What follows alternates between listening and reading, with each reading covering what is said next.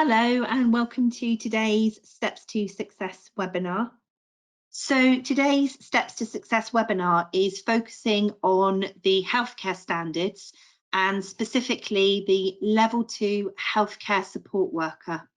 My name is Kate Wills and I'm an independent endpoint assessor and a lead IQA for Pearson, and I cover the healthcare standards for the Level 2, the Level 3 and the Level 5. So today we're very much going to be focusing on the Level 2 healthcare standards. So if you do have any questions, please do post those and we'll pick those up at the end. So the aims for today's session are to cover the points as you can see on your screen at the moment. So we're going to have a look at the EPA process and management of this, and then moving into Gateway. We're going to cover an overview of the evidence requirements and look at how EPA assessment is different to on programme, look at notification of results and how these are accessed, and think about how apprentices can be best prepared whilst on programme. We're also going to have a look at some of the themes emerging from sampling and the examples of good practice that have been observed throughout the quality assurance processes. So the starting point very much is to really understand the endpoint assessment process. And essentially, endpoint assessment, or EPA, is the final assessment that an apprentice undertakes to really ensure that they can do the job that they've been training for. So the EPA is separate to any of the qualifications or any other assessment that the apprentice may have undertaken when they've been taking part in the on-programme element of the apprenticeship.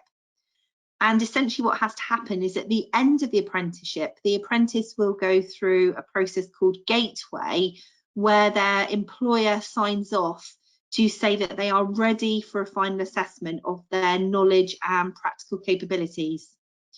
The assessment's graded, so the assessment will be graded as a pass, merit or a distinction as an overall achievement for the apprentice. And the independent assessment organisation and the assessor has to be independent and separate from the training provided by the provider and the employer. So Gateway is a really important element of the endpoint assessment process.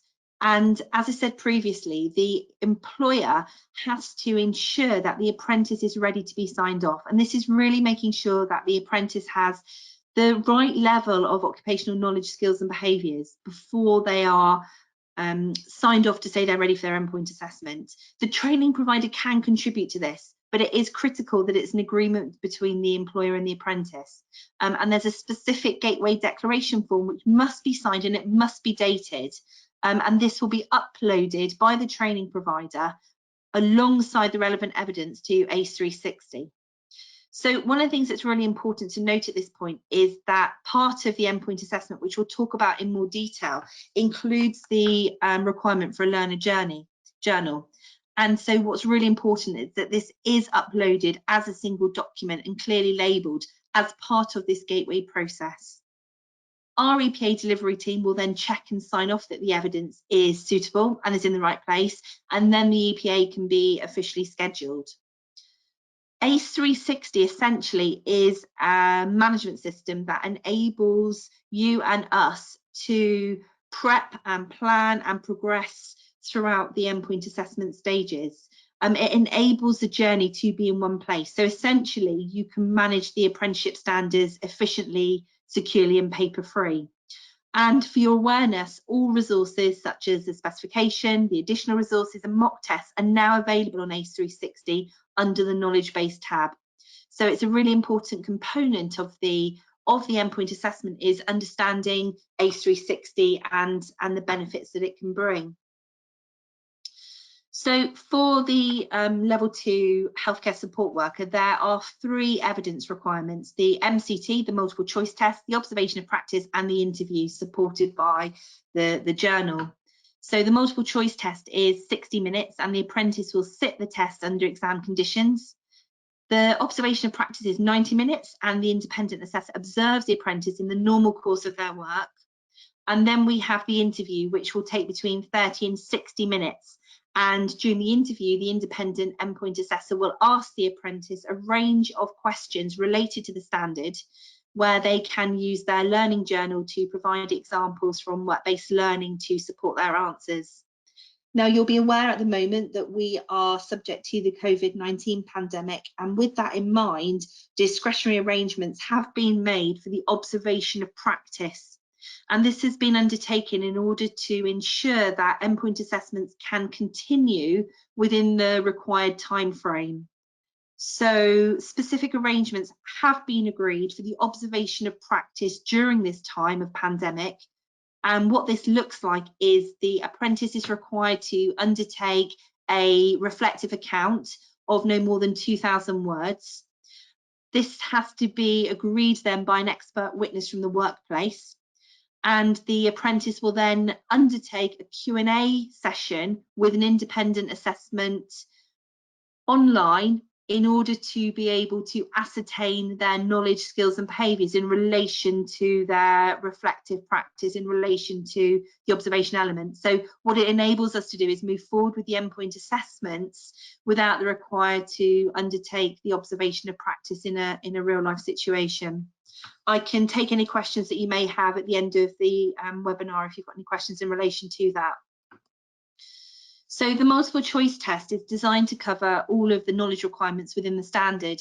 Essentially, apprentices have got 60 minutes to answer 61 mark questions, and it covers the following 5 areas: communication, health interventions, personal and people development, health, safety and security, and equality and diversity. So the apprentice will be required to answer a series of questions around these themes. The test is graded fail, pass, merit or distinction, and essentially the more questions that the apprentice answers right, the more marks they will get, and the more marks they will get, the higher grade banding that they will achieve for the multiple choice test. So the observation of practice, whilst, as I've said, there is a discretionary arrangement in line with COVID-19 pandemic at the moment, the scope of the observation of practice remains the same in terms of the specific themes that we will be looking for. So essentially on the screen at the moment, you can see the range of areas that the independent assessor will be observing the apprentice on. They need to look at communication, demonstrating person-centred care and support, the theme of treating people with dignity and respecting individuals' diversity, beliefs, cultures, showing respect and empathy, working to best practice in carrying out delegated clinical duties, showing discretion and self-awareness, teamwork and seeking guidance when they need to be able to do that within the workplace, maintenance of a healthy working environment and health and safety, using a range of techniques for the prevention of infection, and this includes waste management, hand washing and the use of PPE. And then finally, moving and positioning individuals, equipment and items safely. So the observation is ungraded above a pass. And this is the same for the mechanism where the apprentice is observed in practice or in relation to the discretionary arrangements in light of COVID. So the apprentice will either pass this element or they will be ungraded. If we move on to the interview is supported by their portfolio, and it's a planned and a structured competence-based process between the independent endpoint assessor and the apprentice. And essentially what's happening is the level of competency linked to the apprenticeship standards is being assessed. It gives the apprentice the absolute opportunity to showcase, using work-based evidence from their portfolio, their practice, their understanding, their behaviours and underpinning knowledge, to undertake effectively their duties as a healthcare support worker. So the core focus is on the 4 areas of communication, health interventions, personal and people development, and health, safety and security. So the independent assessor will undertake this assessment. At the moment, this is being done remotely, but outside of COVID-19, this will be undertaken in the workplace in a quiet room in order that the apprentice can be really focused throughout this period of time. And this process is recorded for internal quality processes. The evidence portfolio associated with the interview is really important, and essentially this provides the apprentice with an opportunity to include examples of work-based evidence to support what will be their interview responses. What's really critical about the information that they include within their portfolio is that it must be valid, authentic, sufficient, and compliant. So regardless of the piece of information that they include, it's really important that it meets each of these 4 criteria. So the evidence portfolio should be produced by apprentices in the final 3 months leading up to their endpoint assessment, and it forms part of the gateway requirements. However, it's really important to note that an apprentice can use evidence generated before this point. An example of this may well be that there's not been a specific opportunity in the final 3 months for the apprentice to generate the required evidence due to specific clinical activities or training that's taking place. So generally it should be in the final 3 months, but we appreciate that on some occasions other evidence may well be included. The portfolio can be hard copy or digital, and it's important that the apprentice agrees the most suitable approach with their employer and the training provider. We do recommend that the work-based evidence is sequenced according to the grade criteria and that the work is labelled. It can be very difficult for an apprentice to find their work after, if you imagine the 3-month period where they've started collating this information into one place. So by actually having a really, really organised portfolio, it can really support them throughout the progress of the interview. So I've alluded to this already, but the evidence requirements for the different components are really specific. So for the multiple choice test, there is the fail, pass, merit or distinction. So essentially, the more questions they get correct, the higher the score relating to the higher classification.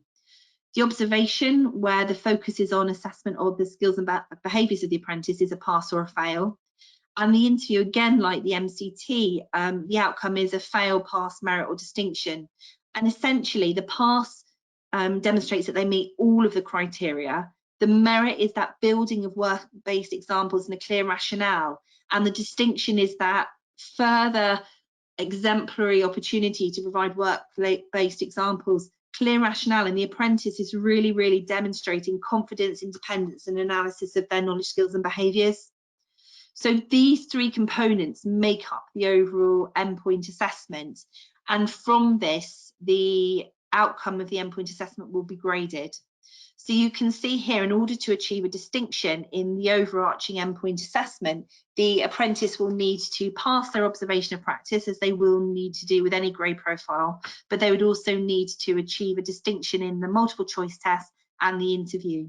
So it's really important throughout the on-programme phases of the apprenticeships is that the apprentice recognises how the endpoint assessment grading will occur, and really setting targets for themselves alongside the training provider and the employer of what they're aiming to, in order that they can work through what they're going to need to achieve in the various components of the endpoint assessment. The notification of result is produced by the independent endpoint assessor, and this forms part of the EPA process. And as an organisation, Pearson provides the overall endpoint assessment results within 5 working days of the endpoint assessment taking place, and this is after the internal quality process has been managed. And the notification of results, or the NOR, details the achievements, so the outcomes of the 3 different components, and feedback that is visible for the training provider, the employer and the apprentice themselves. So really important to note how the endpoint assessment is different to on-programme. I think the first thing to say is that the independent endpoint assessor will be unfamiliar to the apprentice. It will be somebody that they don't know, and this can bring about nerves in itself. The apprentice will have got used to the training team that have been working with them during the on-programme phases. So it's just important to note that it can bring some levels of nervousness that the IEA will be unfamiliar to the apprentice. The timings will be really, really strict. So the multiple choice test will be undertaken under exam control. So the 60 minutes is 60 minutes. Likewise, for the observation of practice, when it's done in the practice environment, it will be restricted to 90 minutes, give or take minutes for the apprentice to complete clinical tasks that are in progress. And the interview, again, will be strict on timings between 30 and 60 minutes. It's important to note this because as an endpoint assessment organisation, we have to be fair and rigorous and consistent. But for some apprentices during the on-programme phase, there'll be more leniency around timings, as many of the assessments will be formative and supportive in their progress. It's also important to note that no feedback will be given to apprentices on the day. Neither will this be given to the employer or the training provider. Now, it's important to recognise that the apprentice does not see this as a negative. It is just, again, part of our need to be fair and consistent throughout the endpoint assessment process. The next one is an interesting one. So what I've stated is that no annotation is required by the apprentice. What will happen, particularly in the observation of practice phase, is the apprentice will describe and tell you what they're doing. They don't need to be doing this. The independent endpoint assessor will be watching and observing their practice and mapping this to the standards. So what the apprentice needs to do is demonstrate all of those knowledge, skills and behaviour within the level 2 standard associated with the observation of practice, and the assessor will match these up. So no annotation is required. What is important is that the apprentice does seek consent from each of the patients or service users for the independent endpoint assessor to be observing the practice. Also important to note that all of the components may be undertaken simultaneously. So it could be that the apprentice will go directly from their observation of practice into their interview. So it's important that the apprentice is prepared for this, because it can be noted that actually this is quite a tiring process, it's quite an intense process. So it's important that they've had opportunity to understand that this may well be the way that the assessment is undertaken. The assessment is summative, so they will be graded as a result, unlike the on-programme phases where in many instances the assessment is essentially formative, it's a practice run. And the MCT and the interview will be graded, so it's important that they recognise this in advance in order that they can make sure they understand how to achieve the various grades that are available so that they can be best prepared.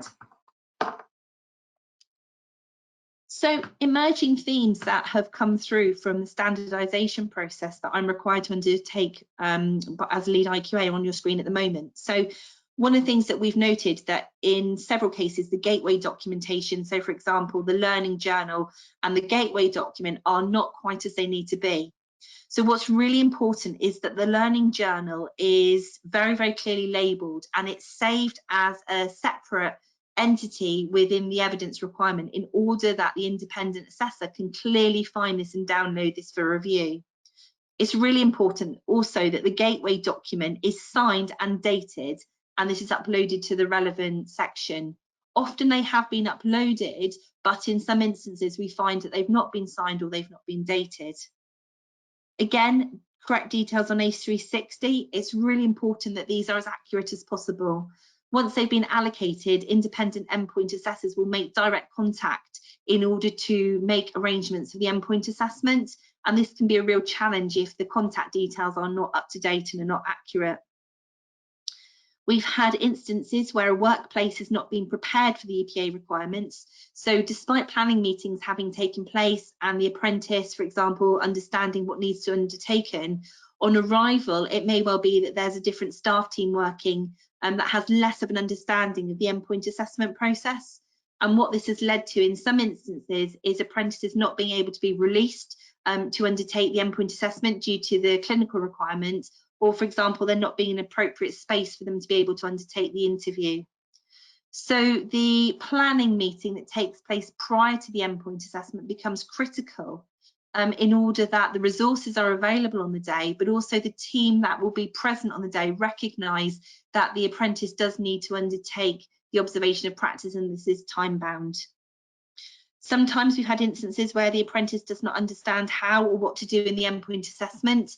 This can put additional pressure on them in an already nerve-wracking situation. So it's really important during the on-programme phases that the apprentice is really prepared to understand what the endpoint assessment will look and feel like. It's really important that there is a quiet room for interviews to be undertaken. Obviously, at the moment, we're undertaking these remotely, but in normal practicing circumstances, we will be undertaking these within the workplace. We have found a situation where there's been a lack of opportunity for apprentices to demonstrate required elements of the observation within either the clinical environment or because of the specific time of day or date that the observation is taking place. So it's really important as part of the planning meeting that this is considered in relation to the standard that the apprentice is working towards. We've had instances where apprentices have struggled to understand key terminology. Terminology that they do struggle with in particular is around duty of care and duty of candour. So for me, that's something I've picked up on several occasions within apprenticeship interviews where I'm listening to feedback and listening to the interviews. But this seems to be terminology that they are less than clear about on many occasions. Also making sure that they understand terminology from the standard clearly and how this relates to them. So for me, it's the application of that terminology is really, really important. There can be a lack of organisation regarding evidence portfolio, and what this means is that on the day the apprentice struggles to find the relevant information within the work they've undertaken. So as I said earlier, what's really important is that they clearly number and organise their portfolio to make it useful for them on the day. And the final one that I've noticed in terms of themes that are emerging is that in some instances, apprentices really struggle to find accurate and relevant examples from practice. They tend to be limited to repeated examples. So first of all, by having the organised portfolio, this can help, but also by undertaking a range of practice interviews, I think that this would be really positive in terms of best supporting the apprentice.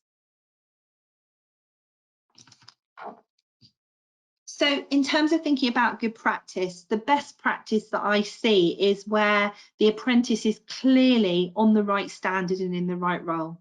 Their role absolutely maps exactly what they need to be doing on an everyday basis. And so when you're undertaking the endpoint assessment, they are very, very clearly able to demonstrate their knowledge, skills and behaviours in relation to the standard. Understanding the standard is really important from all three parties as well, from the apprentice, the training provider and the employer. So everybody is using the same terminology and everybody has a real clear understanding. And this certainly leads to far more successful endpoint assessments. Good use of an e-portfolio can really help the apprentice collect their information really, really clearly in order for use during the endpoint assessment. In some cases where apprentices have not been able to find real examples from their practice, they've struggled to achieve those higher grade portfolios within the interview component. So they tend to be confined more to the pass or into the merit, where their portfolio doesn't give them the ability to truly discuss some really strong examples from their work practice. Collaboration is absolutely key, and that planning meeting between the employer, potentially the training provider, is critical to make sure that the endpoint assessor understands the nature of the environment in order that they can be fully understanding of this when they plan and deliver the endpoint assessment. And alongside this, the idea of practice makes perfect. So the apprentice that has had opportunity to really practice the three different components tends to achieve more strongly than those that potentially haven't. What it does is it takes the nerve away from the apprentice. It means that they are practiced and it just becomes more of a normal situation for them. And I think most critically in terms of good practice, it's making sure that they are ready, making sure that that apprentice is ready to be signed off at Gateway to move into the endpoint assessment. So being really confident in their knowledge, skills and behaviours before moving them into this final phase.